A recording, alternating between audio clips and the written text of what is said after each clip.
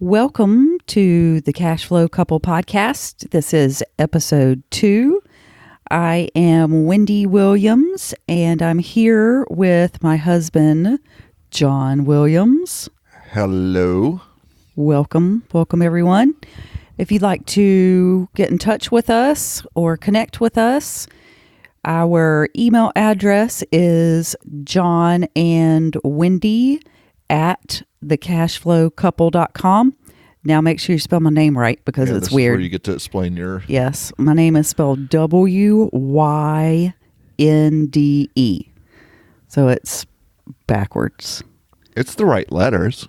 It is. They're just all mixed up.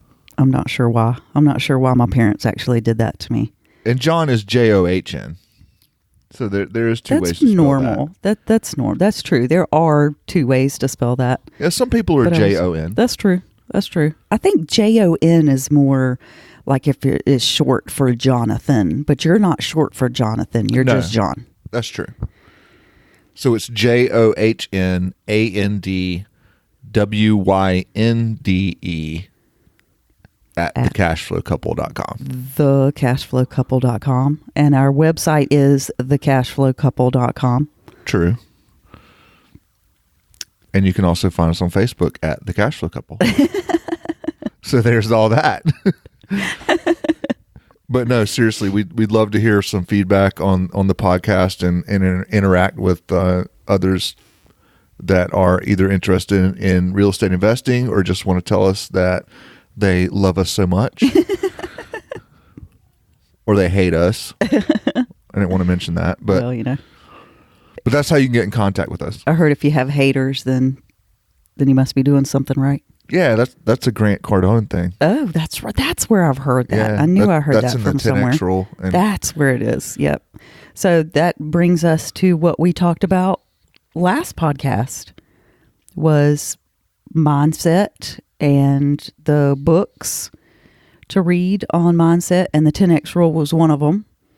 And there's also a couple of other good books that we mentioned on the last podcast was The Richest Man in Babylon. That's a really good one. The One Thing. The One Thing. You mentioned that one. Yep. Mm-hmm. Rich Dad, Poor Dad. Yep. That's also a very good one. Yep. There's quite a few. If you want recommendations on books to read, reach out to us. Yeah, we got plenty. There's like 10, right? At least. At least. That are really, really good. And to be fair, I probably listen to books more than I read them.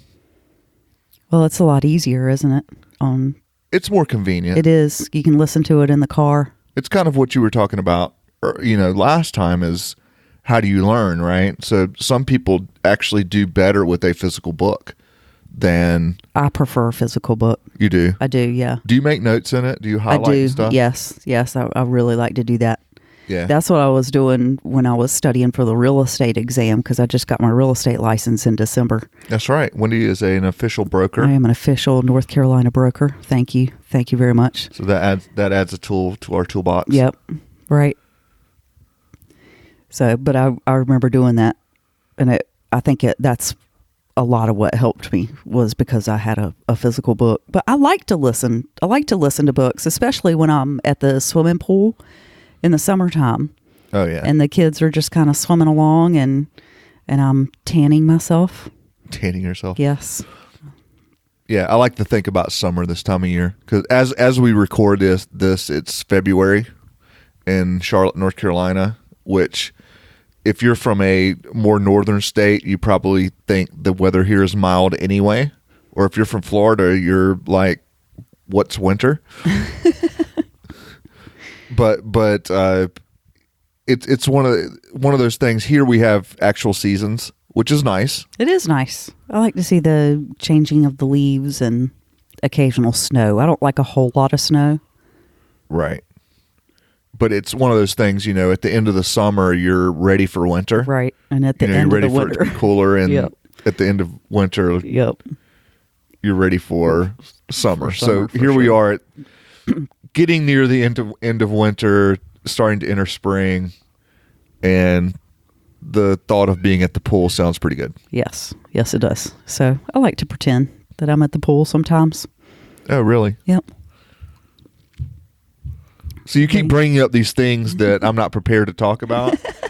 And I kind of want to go down that rabbit hole of where do you pretend you're at the pool? Is this in the bathtub? In the bathtub. In the bathtub. Heck yeah. Well, I thought that was obvious, but I didn't want to bring it up. I thought maybe it was on the couch or something. On the couch.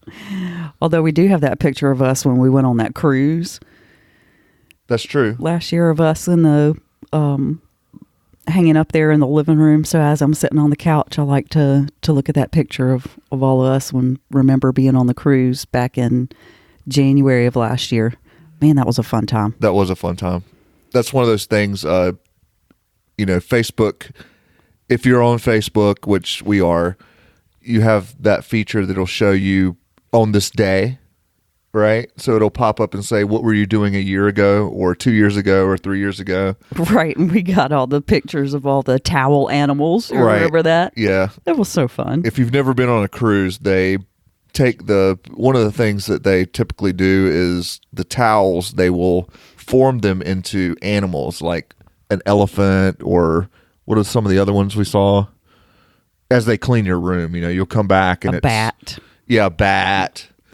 Octopus. The octopus one was really cool. That was cool. Yeah. That was cool. So anyway, obviously you're on vacation, so you take pictures of it and then you post it on Facebook, and then you see it 2 or 3 years later and say, you know what, that cruise was fun, maybe we'll do another one.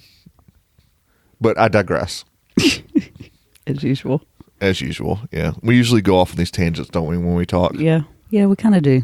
Yeah. We need to stay on track this time. That's true. That's probably a lost cause. Welcome to the basement with John and Wynde. Welcome to the basement. The place where we escape from our children. That's right. Which we also talk about quite often. That was part of the idea with buying this house, is that it has a basement, so we had a place to hide. Yes. It's like... Maybe escape is a better word. Escape is a very good word, yes. But really, we hide from them. we come down here and just don't tell them where we are. Right. And you kind of hear them wandering around looking for us. Mommy! Yeah. And then, you get a few minutes that way. Yeah. So that's where we recorded our podcast. In the basement. Welcome to the basement. So welcome.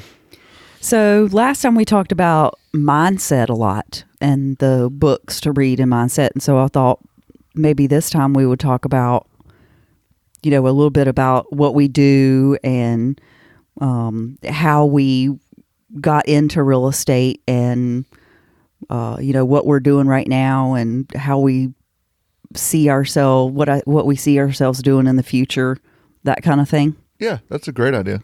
I know. I thought of it. I set you up for that one. I appreciate that. So usually we got started a little over 2 years ago now, right? Yes.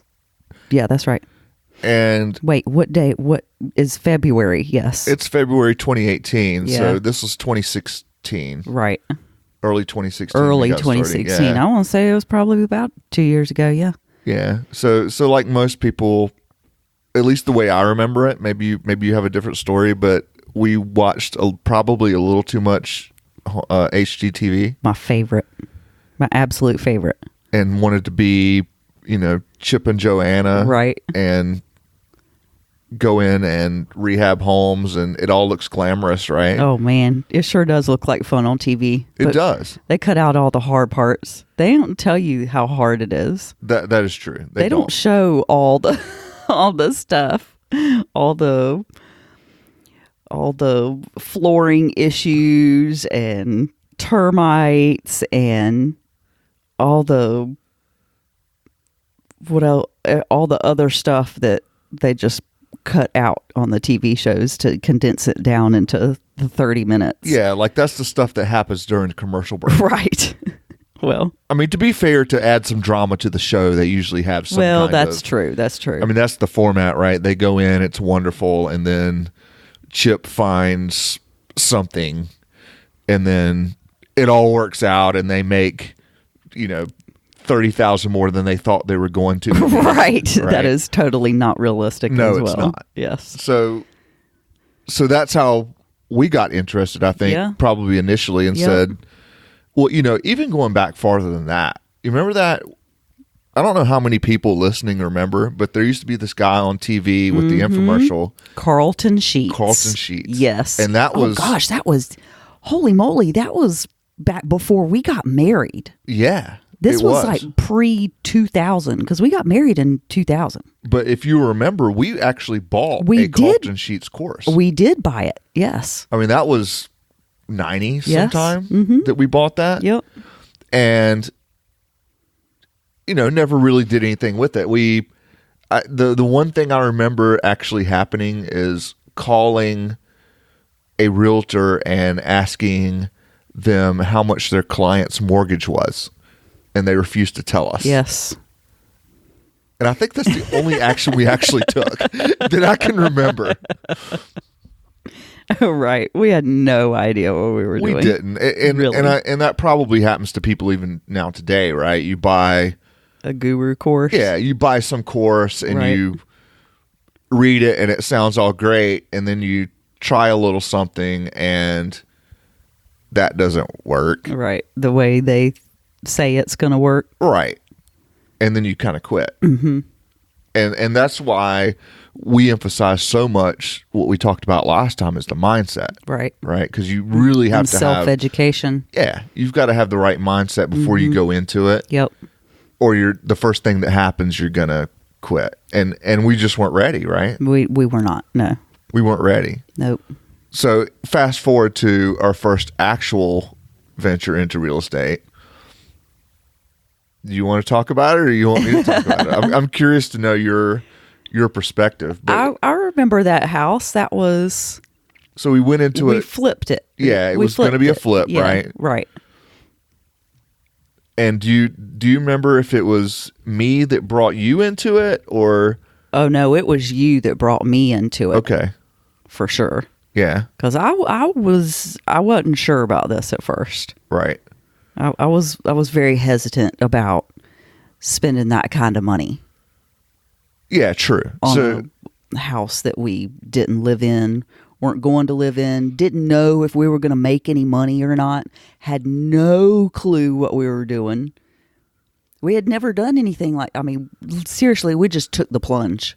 Yeah, we did. But now that I remember, it was you that told me, and excuse my French, shit or get off the pot. Well, you had talked about it for how long? Like 6 months. Was it that long? It was a long time. Okay. It was a long time. And you just debated and you researched and you read some books and you listened to some, maybe not podcasts. Well, yeah, you probably listened to some podcasts and, went to all these meetings and you kept talking about doing it. And finally, I was just like, you know what, dude, quit freaking talking about it and just do it. If you want to do it, just do it.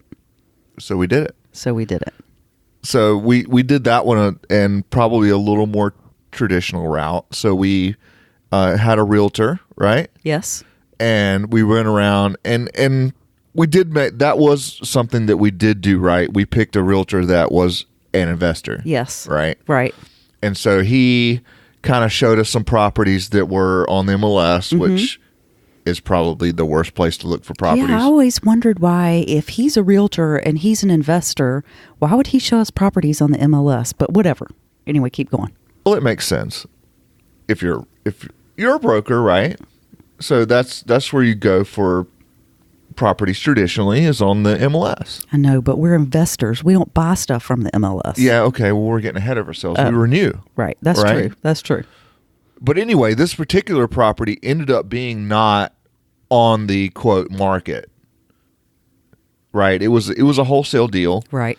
That this particular guy would have probably invested in himself, but for whatever reason didn't have the capital or whatever, and kind of brought us and showed it to us and said, hey, this is something that I would do, but I can't. would you be interested? Right. And I think that's what got me on board, was somebody else who had the experience and the knowledge saying, hey, I would do this if I had the funds. I think it's a good deal, but I'm going to pass it on to you because I just don't have the funds for the rehab at this moment. Yeah, but I still remember it, even with that reassurance, it was totally scary. Oh God, yeah, for sure. Because the house was overgrown. It was a house from the 50s, I think. Mm-hmm. It was like a brick ranch, right? Yep. It was either a 50s or 60s house. I'm pretty sure it was typical the 50s. Of that time period. Brick ranch, single bathroom, level. 3 bedrooms, right. I think. Hadn't been lived in for a couple of years. Right. The yard was overgrown. I think the owner had died, and yeah, it was somebody had inherited. Right, it. Somebody had inherited it. Yeah, that's right. And a wholesaler had found it. And if you don't know what a wholesaler is, this is someone, and I could get technical about this, but typically what that means, this is someone who finds a property like this, contacts the owner, gets the property, negotiates a price, right? And then their thought is they're going to sell it for higher than what they negotiated the price for. Right. Right. So in this particular example, I believe the wholesaler got it for somewhere around $30,000. We ended up buying it for somewhere around $42,000. That sounds right, yeah. So the guy bringing the deal made like 12. Right. Something like that. Right. We got it for 40, what'd I say, 42 or 43. It was 40 something. It was in the 40s for sure. And fixed up, it would be worth, what did we sell it for? 139? 130, yeah, that's right. It was 139. So call it 140. So the whole game there is, from our perspective, if we buy it for 40 whatever, how much work does it need? And then subtract all your costs of repairing it, costs of holding it for the whole time, because you still got to pay taxes and insurance and all that sort of thing, and any debt service you might have, and then how much is it going to cost to sell it? And subtract all that out from the final purchase price. Did you make any money? So that's the game. What are all your costs of purchasing it, rehabbing it, holding it, and then selling it, because there are selling costs, especially if you use a realtor. Sure. Because they're going to get their 3 to 6%. So you figure all that out. But that one, it looked like a good deal on paper.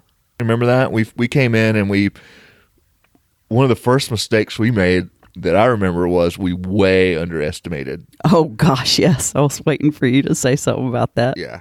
Way underestimated what the repairs were. Repairs, yeah. Yeah. That was our very first mistake on that house. I mean, we made several mistakes on that house, but that was probably the biggest one. But we didn't know. No, we had no idea. We had never done one. But I remember our attitude being going in, if we make money, then good. If we break even, then we learn something. Right. Right. So, you see so many people go in and spend $10,000, $20,000, $30,000 on a course. We figured this is our course. Right? We're the school of hard knocks, right. of the school of real life. So if we didn't make any money, we figured we'd learn something. If we made money, we figured, hey, we got paid to learn. That's right. We got paid to learn something. I don't know if that was smart or not, but it worked out for us. It worked for us. So do you remember some of the challenges we faced on that one? That was the only one that I really remember, was underestimating the rehab costs. Was there something else? Yeah, there were other things that we took away from it. I don't remember any. But to be fair, like you said, I was kind of the point man on that one. Yeah, you were, because it was our first one. I was real hesitant about it. Right. So I didn't really. I did go and look at it. I did.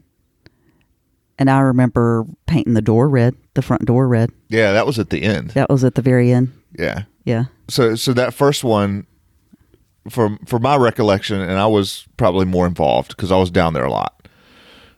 We went in. The first thing we had to do was clean up the property because it had like a lot of junk, and it was under code enforcement. If you remember, that's right. It was the county had. That's right. This was in the county. It wasn't in the city. Right. And this was in South Carolina. If you don't know, Charlotte is right on the border of North Carolina and South Carolina. So Charlotte is North Carolina, but South Carolina isn't far. It's really not. Right. So this particular one was actually just across the border in a town called Rock Hill, South Carolina. And so we went down there because that's where the deal was. And the county down there, this wasn't actually in Rock Hill city limits. This was in outside the city. It was in the county. And the county code enforcement guys had decided that there was way too much junk in the yard. And by the way, you haven't mowed your grass in a year. And so it was kind of piling up as far as the code violations and those sort of things. And that was the first thing we had to do. You know, as soon as we bought the property, they started sending us those notices. That's right. Remember that? Yes. Yes. It's like, hey, yeah, we looks like you hadn't mowed the grass in 2 years. And we're like, yeah, we just bought it yesterday. That's right. You know, maybe give us a little leeway. But that's the first thing we had to do is go in and get the property cleaned up. The bad part was we didn't know anybody. We had no contractors. That's right. We had no contacts. We had no anything. So the first thing I did was there was some local kid, and this is the first mistake I made. Remember this? Oh, I do remember this. There was a local kid that came by while I just happened to be there and said, hey, I'll mow the grass for you. And I was like, this is great. I'm going to get this done for like $25. And I said, hey, you got any friends? Maybe you get your friends together and haul off all the trash. Because in the back there was like a burn pile that these people had. Was that the one that had the big old barrel of dog poop? It was feces. I'm not sure what species. What species of feces came from. Yes. I can't tell you the species of the feces. That's right. It was like a big old. It was a 50-gallon drum of full of poop. Yes. Oh my God. Yes. Oh my God, that was so disgusting. It was disgusting. And what the hell? Yeah. So I paid the kid up front. Oh. Mistake number 2. Yes. Never do that. No. To come, do the grass and get his friends, come clean it up. And I remember it being $200-$300, something like that. Well, the kid showed up and said, I don't own a lawnmower, but maybe I can borrow one from the neighbor. Awesome. Yeah. So this was my first clue that this is not a professional. Maybe not a professional service. Yeah. And so long story short, he ended up I think he mowed a little with the neighbor's lawnmower and never cleaned up the yard. Yep. And I never saw my $300 again. Oh, yeah. I remember. So what I had to do was turn around and hire somebody that was in that business to do it again. Right. And I paid twice. Yep. And that wasn't the only time I paid twice. That's right. On that particular property. That's right. Because I hard-headed, didn't learn my lesson on the easy one, right? Right. And did that several more times in different respects on that property. Right. Was it the plumbing or was it the electric? It was the plumbing and electric. So that was the first thing we learned was hire professionals. That was the takeaway from that one. Yes.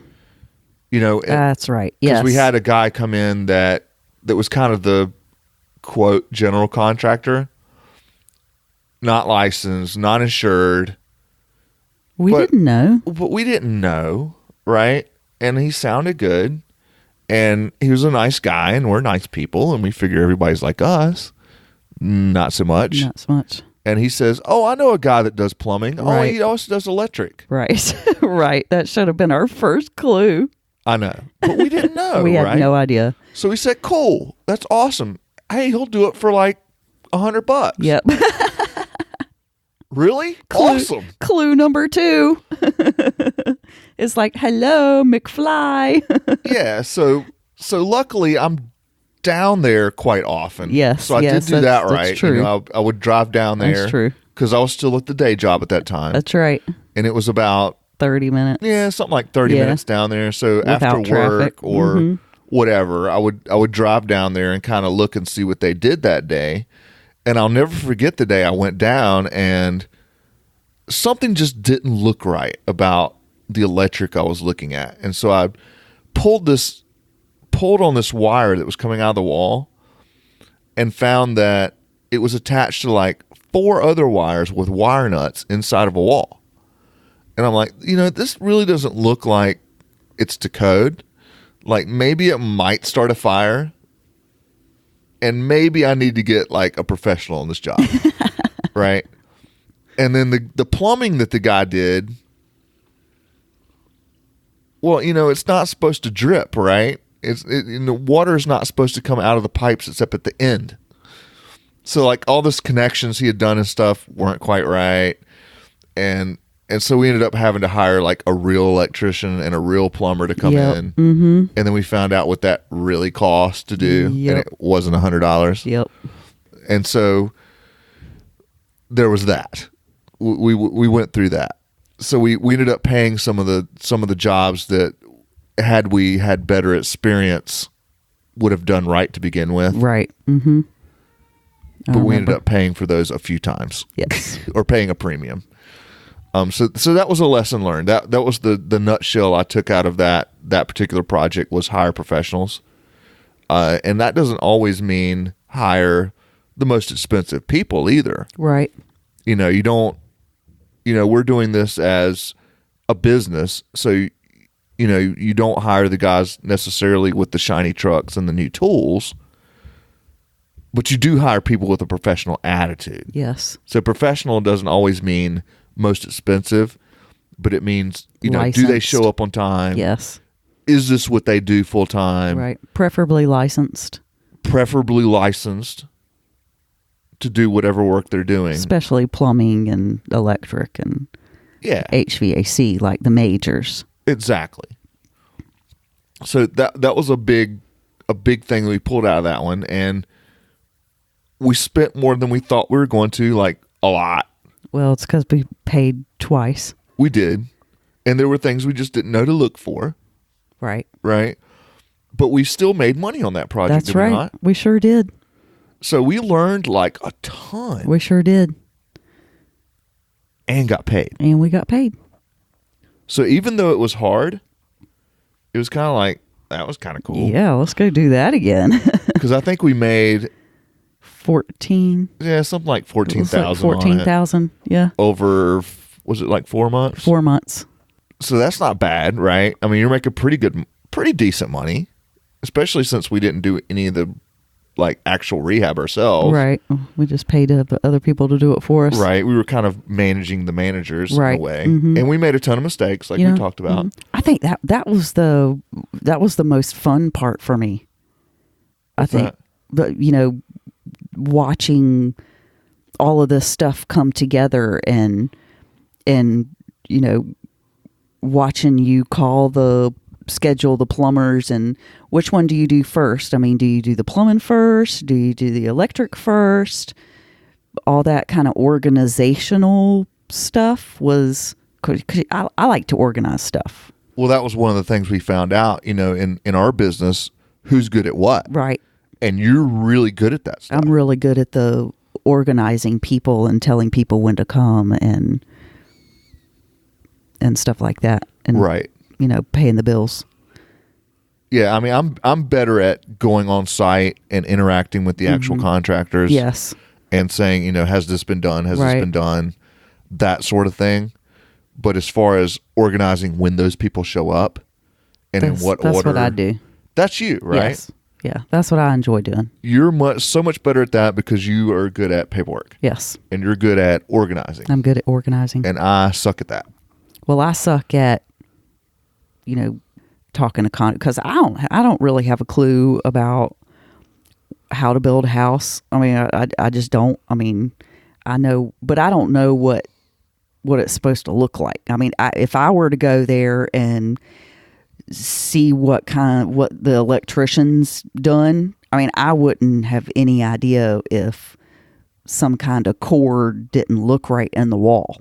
Right. I wouldn't have any idea what that was supposed to look like. Yeah. So me going in, like the example I gave, pulling that cord out of the wall, you probably wouldn't have done it. I wouldn't know.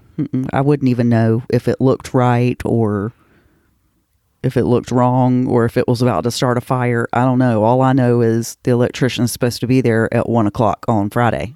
Right. But see, I need you to tell me, hey, John, you need to go down there at 1:00 on Friday. Yes. And meet the electrician. Right. And I think that's why we work well together. It is. Yeah. And that's one of the great things about our partnership is you're good at things, I'm good at things, and they're not the same things. Right. So I think that's such a great dynamic to have. That's helped us be successful so far. I'm the one that lights the fire under your ass. You're also the motivation, yes. The motivation. So is this the what's that saying? Behind every man is a better woman. Is a better woman. Behind every good man is a better woman. Oh, okay. I knew you would know it by heart. Of course I do. But moving on from that one, we got that one done. We actually made money. We actually made money on that one, and we learned a whole lot. I think more than we would have had we, had a guru course, so bought a guru course, because we actually did stuff. I mean, it was real life learning. Right. And it wasn't that we didn't educate at all. Right. Sure. We sure did. I mean, you did. I kind of hesitated on the education part, to be quite honest. But I was coming home and telling you about it. You were. Yeah. Because I was saying, hey, I listened to this great podcast today, right? Exactly. And here's what I heard. Here's what you heard. Or here's, I read this. Yes. Uh-huh. And this is really cool. Yeah. But see, John's really good at explaining stuff that I don't really understand, and he does a good job of explaining it so that I can understand it. So he kind of puts it in layman's terms for me so that I can understand really what's going on. So you're saying I was good at selling you the idea? Yes, that's exactly right. So we moved on from that one. We actually got paid to learn on that one, which was cool.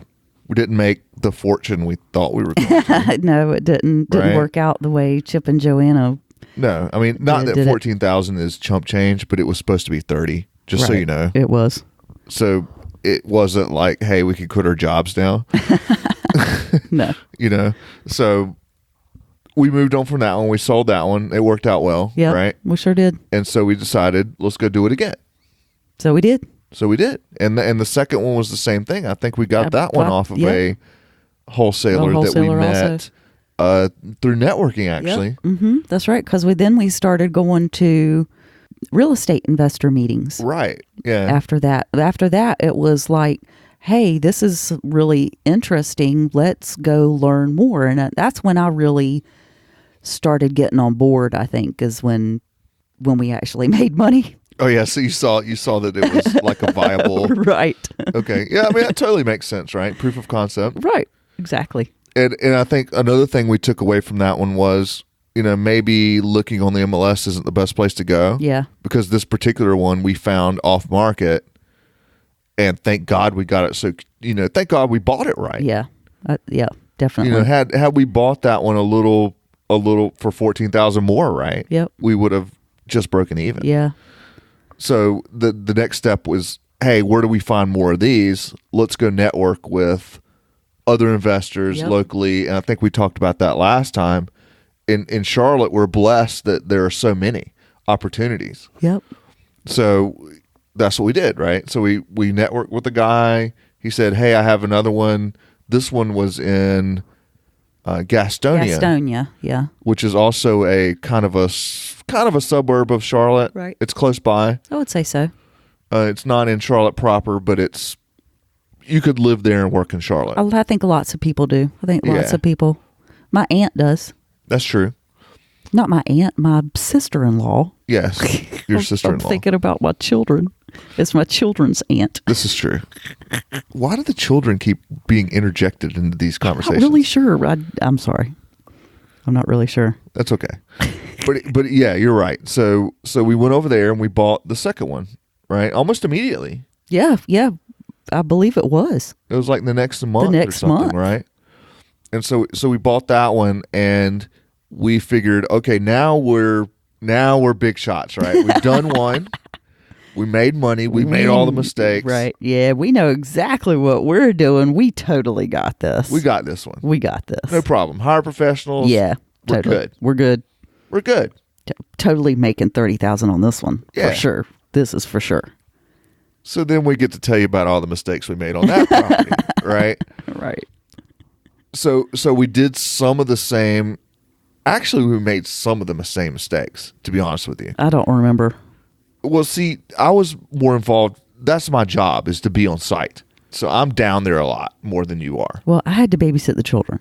This is true. But you're scheduling the contractors. You're doing all that kind of thing. And then that's the way we had it set up. I'm the guy in the field. Right. So I'm still working at this time. I would go That's right. after work or whatever and check on the project and see what's getting done and blah, blah, blah. Interface with the guys on the ground. Right. That's what I did because I had to stay home with the kids. So, but it gave me something to do, right? Yeah. So, and that I could something that I could do from home. True. So I could still be at home with the kids and still do this. So it worked out real well. Yeah, because at that time, our daughter was not in school. Right.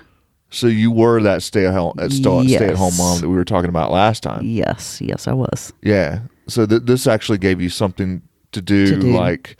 To actually have a conversation. I used to call that lady from one of the contractors that we used just so that I could talk to her and have an adult conversation because she was so nice. Yes. Yeah? I would call her about once a week. Just to see... Just to have... Yep. Just to talk to somebody that's not for? Yes. Okay. I get it. That makes sense. But I'm glad you did because that was an essential part of the operation. You know, making sure everything was running like it should, at least from a scheduling standpoint. Right. And so, but anyway, so we still made mistakes on that one. We hired some of the wrong contractors again. On some of them, it wasn't that we hired the too cheap of people. In one particular case, electric, we went the exact opposite and hired too expensive of people. Remember that? No. Yeah. I mean, we hired the guys with the shiny trucks. Because on the last one, we'd had such a bad experience that we decided, remember? Let's hire somebody that is supposed to know what they're doing. And it wasn't that they did a bad job necessarily, but we paid more than we should have. Yeah, we overspent on that. Right. I do remember. And the project took longer than it should. Yes. Because we didn't effectively manage the people on the ground, which was partially my fault. That was my job to do. But part of my problem was that I had a day job. Right. Mm-hmm. And I couldn't be there all the time. Well, unfortunately, the person that was in charge on site was also not there all the time. Do you remember that? Yeah, I do remember that. I do remember that. He kind of let us down a little bit. I mean, we thought that he knew what was going on when in reality he was absent. Yeah. And we didn't know that. That did happen. Yeah. But you know, as business owners, ultimately it's our responsibility. It is. It's true. That's true. So I take that as me, even though you could say, well, it wasn't my fault, but it's your project. Yeah. You know, so I take that as I'm management, right? It's ultimately my fault. And ultimately that was one of the reasons that I ended up leaving the job I was at, right? because had I been there on site more often, you would have caught some of the things that yes, cost us money. Yes, we would have made $15,000 more on that project is what it comes down to if I had been there. Mm-hmm. And that was almost what I was making over that period of time at my job. At your job. Yep. So it was one of those, where would I rather be? Yep.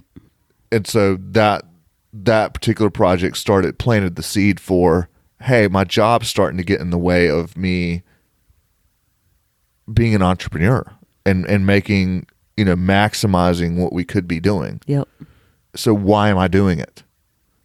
That was part of the catalyst for that. But yeah, I mean, we made mistakes on that one, but nevertheless, we made money. We did make money, and we made that same $14,000, didn't we? We did make that same damn $14,000 again. But that one we could have made 30 on. We could have. Exactly. Yes, we could have. And just so you know, I know there are people out in California probably listening saying $30,000 is like a mortgage payment, right? A mortgage payment. But just for some context, these properties we're buying them for. I think that one was again like in the 40 range. Also 40, yeah. And we ended up selling it for 140. Right. Mm-hmm. After rehab. Right. I mean, it's not like we made 100. Right. So there was a lot of rehab. There was a lot of rehab. I think we rewired that entire house. Mm-hmm. That's the one that had the electric problem. Yeah, like literally rewired the house. The entire literally house. Replaced all the plumbing. Yes. Literally changed the HVAC. I think we did all three. I think we'd had to do all three of the majors. So it was expensive to do, but we learned how to do it. That was the cool part. We did like literally everything. We thought. So the plot thickens. The plot thickens. Dun dun dun. Yeah. So one of the things we did that house is we eventually sold it. Right. It went under contract 3 times. That's right. That was the other big. Oh problem my God, that's right. The first time it didn't appraise because the appraiser was an idiot. Yeah, and that's where we learned our lesson on equity is a lie. Yes. Equity is a lie. Because an appraisal means bupkis, to keep it PG. Oh crap! Are we supposed to be keeping this PG? I don't know. I'm not sure what the rules are. We didn't talk about this. I don't know. Sorry about that. Feel free to speak freely. Pardon my French. Pardon my French. But that was the thing. We had an offer on that property for initially a 143, I think. That's right. And that was over asking price. Yeah, we had it listed at 139. We had it listed at 139. 139.9. 139.9. Play that game. Yep. And then we had an offer at 143. Yep. That's right. And the appraisal was 134. It was 130. It was 130? Yeah. On that first one, the appraisal came back at 130. But that's a bunch of crock of baloney. Well, of course it was. Oh my God. Because the second buyer, so the buyer backed out. Right. And then the second buyer, they were the ones that were the first time home buyers. That's correct. So they were living in an apartment. Right. And they got cold feet. They backed out initially, but the appraisal came back at 139.9. 139.9. Right. Go figure. I bet it was the same damn appraiser too. No, it wasn't. It couldn't have been. God. It was a different one. Kick his ass. I'll punch him in the taint. I wanted to punch but those folks ended up backing out too. Yes. And when you're selling something retail like that, that's 2 months. Yeah, right, everybody wants to close at the end of the month. And we still have holding costs that we probably did not account for. Well, we shouldn't have been holding it for those 3 months. So we put it on the market in January. The buyer backs out. Right. We get a new buyer. They're going to close the end of February. They back out. And then we get another buyer. They're going to close the end of March. And we've, meanwhile, bought another property. That's right. Because we decided, hey, this is going so well. Let's go buy another one. Sure. Great idea. Because sure, we got this one under contract. Yeah. No big deal. By the time it closes, we can start on the next one. Exactly. So we counted our chickens for our eggs hatched. Is that how the saying goes? Yep, we counted our chickens before. Yeah. And so meanwhile, now we own 2 properties, one of which has been under contract 2 times. And the third buyer wanted a laundry list of things done. And like little piddly things. But some of them were legitimate. I don't remember which ones. I thought they were little piddly things. A lot of them were. Okay. But some of them were lesson learned again with the contractor. Things that he should have done that he didn't. Yes. Like they're on the fascia, railings, which is the outside around the top of the house. Right. It was rotten, and he just painted over it. Oh. So when you looked at it, it seemed okay, but if you really picked at it, it was rotten. It was and rotten. so the homeowners have an inspection done. Sure, yeah. And of course it's pointed out, and then they put it on the list of, hey, this doesn't look quite right. Can you fix it? Yeah. And so at that point, we were like, we're giving them anything they want. That's right. Because we don't want to have another buyer back out. Right. I remember. And so I think we ended up spending about another $2,000. I was going to say, I bet it was like $2,000 or $3,000, wasn't it? Fixing all those little nitpicky things. And just to get it sold. And not nitpicky things. There were legitimate issues. Like there was a place that needed a railing. That's there right. was some rotten going down wood. The stairs. Mm-hmm. And that's not the kind of thing you really want on your resume anyway. Yeah, you don't want that reputation for not doing a crappy job. Mm-hmm, not being safe and up to par. And because that's not us. I mean, there are people out there that do that. They'll cut corners and they'll intentionally try to hide things and try to make more money by screwing people over. Right. That is not us. Right. We could not sleep at night. Yeah. I mean, we believe in honesty and integrity and doing the right thing. Yes. That's a big thing for us. So, if somebody points something out like that, then we're not just going to cover it up. Of course, we got to go fix it. Yeah.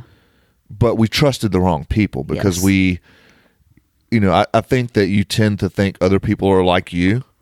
And so if you are somebody that's like that, if you're honest and have a high standard for integrity, you tend to believe other people do too. And that's not always the case, right? Lesson learned. So another lesson learned. So you learn these little things as you go along. Yes. I'd say we've probably learned something from every house we've done. Yeah. I mean, every one we've done, we've learned something like that, but we've gotten better, right? Yeah. So, well, yeah, I mean, we've done it lots of times. So. Because you start adding things to your list of, hey, check this on the next one, right? Exactly. And check this on the next one. Yeah. And, so fast forward, now we know quite a bit about what to check, and it's not that way anymore. Of course, you always are going to run into stuff if you're trying to, if you're going to do any kind of rehab at all, you're going to find things that you didn't initially anticipate. Right. But now we know that it's important to save a little bit in reserve. It's important to have a reserve, and we know what to look for the most part. Yes. And I'm not saying that we know everything, because you'll never know everything. Even guys in our market that we talk to that do hundreds of rehabs still run into things that they didn't anticipate because they just didn't see it. Yeah.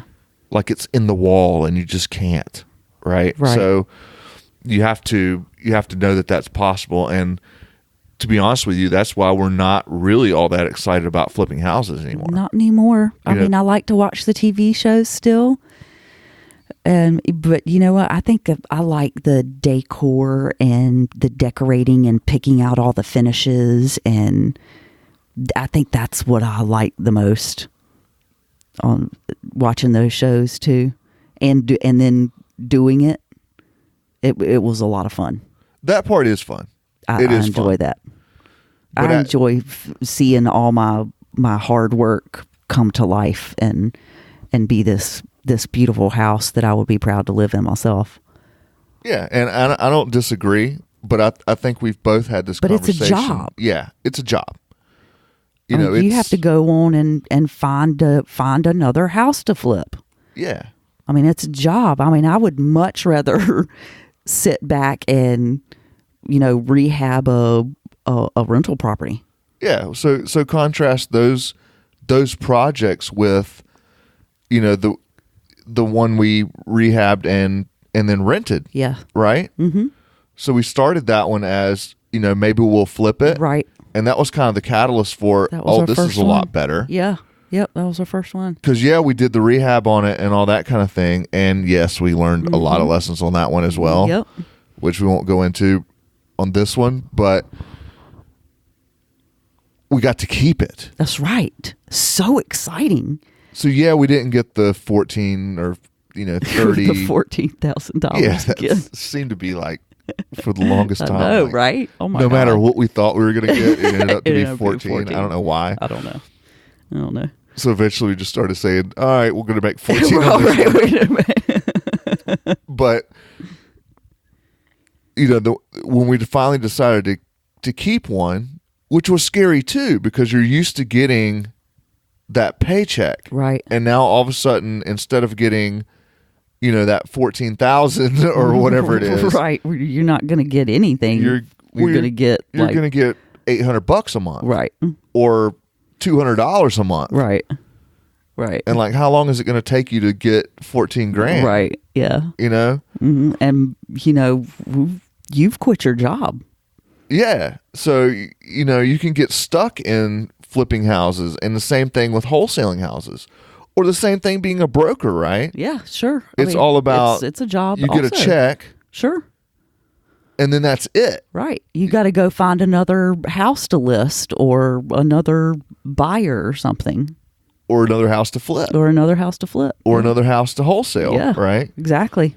So it's a job. That was something our mentor started telling us is, if at all possible, find a way to keep these things. And then, of course, your question becomes, well, how am I going to afford that? How are we going to live? Right. How are we going to pay our bills? And how are you going to get the money to do it? And how are you going to get the money to do it? And so then we started learning about owner finance. Well, that's one way. That's only one way. Yeah. I mean, there's tons of ways to acquire property for cash flow that don't require reaching in your wallet, right? And so our pivot has been much more towards, hey, let's find things that will pay us forever over things that pay us once. Yes. Right? Yes. And so that's why we're the cash flow couple now, right? We're not the flip couple. We're not the wholesale couple. Although we have flip property, obviously. Yes. We've wholesaled property. We've wholesaled property. And we still would. Yeah, sure. But our first goal now is to hold. Right. We always look at that first. So we always figure out, is there some way we can keep it? Right? Mm-hmm. How can we keep it? And, like we talked about in the last show, getting over that idea of, I've got to have all this money to be able to do that is a mindset shift. Yep. Right? I agree. Because there are tons of ways to acquire property that do not require at least your own capital. Right. Right? But even if it's just you, there are ways to acquire property. You can, like you said, that it could be owner financed to you. Right. It could be, you could lease the property and option. Release it to someone else for a higher amount, right? Yes. I mean, there's nothing new in real estate that you've never heard before. Right. This shouldn't be, oh, that's a great idea. They're brilliant, because we're not, right? We just talked to people that were, like we talked last time, one chapter ahead. And they say, here's ways to do it. So, well, it's new to us. It was new to us, and it requires having the right mindset first, right? Sure. Yeah. So that's why we've already put in the work. We've already put in the work. We've already gotten that mindset, and we already think that way. So let's talk a little bit about, that's how we got started, right? So what do we do now? What's our business now? How do we operate? What does it look like as, if you're going to make this your business, what does that look like day to day? Systems and me lighting a fire under your ass. So it's Wendy getting John to do stuff. Yes, that's Could you exactly. be more specific? Hey, man, get up. Because somebody's out there listening saying, this all sounds great, but how do I get to the point where, I can make this a business that, I can feed my family off of? How do I make this a business where, I can leave my job? How do I make this a business where, I'm not stuck in the 9 to 5? How do I get involved? What's involved in this business? Is it easy? Is it hard? It's simple. Is it knowing but magic? It's not easy. So it's simple. It's simple, but it's not easy. So explain what that means to you. It's not hard to understand how to do it. You just have to actually go freaking do it. You have to get up off your lazy butt and go do something. This is true. That's what it means to me. What does it mean to you? To me, it means, I describe it like this. So just take one strategy to acquire property. Say that's a owner finance. So anybody listening to this, if you want to buy a property, here's a simple way. Find somebody that will allow you to buy the property on payments. That's all it means. They have a house, they want to sell it. They're willing to sell it to you for, I'm making up a number, $500 a month, and it's a property that you can rent for $1,000 a month. That requires none of your own money, and it returns to you $500 a month in simplistic terms. Okay? Because you're paying them $5, you're collecting $1,000, it's $5 in your pocket. That's not reality because there are other expenses. There's taxes, there's insurance, maintenance, vacancy, all that stuff, property management, right? But just conceptually, that's none of your own money and you're getting a return, correct? That's simple. Easy to understand, simple. Yes. What's hard is finding somebody. Finding that deal, and you are not going to go find it, you're going to go create it. That's right. That's one of those things that we've learned. Yep. And you're going to have to talk to 100 people to find the one that... To find one person. Is willing to do it because it solves their problem. Right? Yes. So that's one of the things we have learned over the past couple of years, and you hear this a lot, but when it finally clicks with you, you'll start to get traction. You're not looking for properties. You're looking for problems. You're looking for problems to solve. So if you can become a great problem solver, then you can get deals like that. You can negotiate deals like that because there's somebody out there where $500 a month solves their problem. Right. Right? They can't sell it for some other reason. They need the $500 more than they need to sell. Right. Right. So, or more than they need a lump sum of money, I should say. Cash isn't... Not what everybody wants. It's what the cash can bring them. Really. That's one of the big mindset things you need to get out of your head. Right. Nobody really wants cash. No, they just want what the cash will give them. Yeah. And one of the ways to visualize that, because I'm a visual person, is what if, and Larry was telling us that... Larry who? Larry Harbaugh. Yes, so one of our mentors. Yeah, he's a legend in the real estate space, if you don't know. But we had the pleasure of having dinner with him. Yep. At oh my God, wasn't that awesome? It was awesome. It was great to be able to sit down with somebody like that who's been in the business 30 years. To finally get to meet your mentor. Yeah. Yeah. Yeah. And it's just somebody that you look up to because they have been successful. They've been in it forever. They obviously know what they're doing. But that was one of the things that he was putting out there, was that people don't really want cash. They want what they can buy the cash or buy with the cash. Right. Mm-hmm. And one of the ways to visualize that is, well, what if I gave you cash in a welded together box? Here's your cash. Would you accept that? No, because I can't take it out of the box. right? I don't really want the cash. I want what the cash will get me. Right. So once you realize that, then it opens up the world to so many other possibilities besides reaching in your wallet. It's all about solving their problem. Are they going to buy a boat, for example? Mm-hmm. What if you could give them the boat they want? Give them what they want directly. Perhaps they, maybe they need the money to pay a medical bill. What if you just made the payments on the bill for them? What if you took care of the medical bill? That's their real problem. So you have to kind of drill down to what they're going to use the cash for. And sometimes that you can't solve their problem creatively, and that's okay. And that's why you need to talk to 100 people. Because 99 of them you don't have a problem that you can solve for them, or you're not the best solution for them. And that's fine. Point them, still help them. Point them in a direction of, here's where I think the best solution is for you. Sure, we'll still help them. I mean, that's one of the reasons that I got my real estate license as well, so that we could help more people. Sure. I mean, I want to help all 100 people. Sure. It's just that only one of those is going to bring value back to me. Right.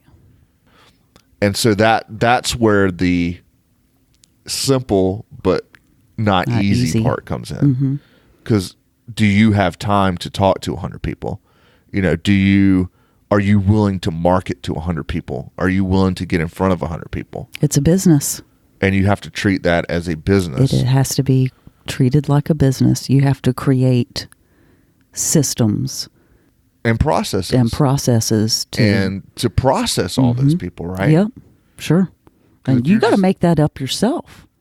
You do, or copy a successful business already. Yeah, for sure. But it's not just, I think I'll go out and find a owner finance. Right. I need one this month. How many people do I need to talk to? Yes. And do that. Yep. And that's where people fail. Yep. They don't take the massive action required. Yep.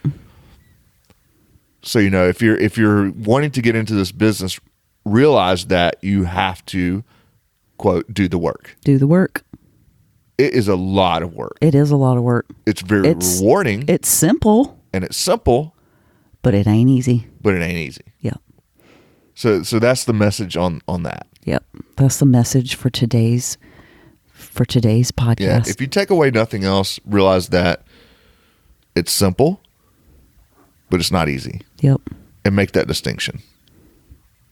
Good call, John. Thank you, Wendy. Well played. So, I think it's been about an hour now. Okay. So you want to wrap this one up? I think we need to wrap this one up. Yeah. Because I could talk real estate all day. I know you could talk real estate all day, and I know you could too. And that's the cool thing about this. We sit around and we talk like this anyway. I mean, this is basically our conversation. Just so you know, this is a normal conversation for us. This is like what we sit around and do, and we're just like, hey man, we should be recording this stuff and make a podcast. Yeah, sure, why not? Sure, why not? Let's do it. So here it is. Here's the product of that. Yep, we finally did it. Yep. And we hope you got some value out of it. Sure, yeah. I mean, that's our whole purpose of doing the podcast, is to add value to people's lives, right? I mean, to educate and inspire. Yeah, for sure. Yeah. I mean, if there's one person out there that hears this and says, I'm willing to put in the work and I really want to do that, contact us. Yeah. Let us know that, we inspired you, or, if you just hear something that we say that you just want more clarity on or more information. Oh, yeah. Or something you would like to hear us talk about. Oh, yeah, for sure. It's John and Wynde, WYNDE. At thecashflowcouple.com. Yes. Or you can also message us on Facebook. Sure. Yep. At the Cashflow Couple. At the Cashflow Couple on Facebook. And so you've got those two different options there. Mm-hmm. And we truly would love to hear from you. And, we're not asking for donations. No. Or, we're not going to try to put you through a guru course or anything like that. We don't really have anything for sale. We would truly like to see other people reach out. If you want to be free, if you want to get involved in the real estate space, or you just want to talk to us about our children. We like doing that too. reach out.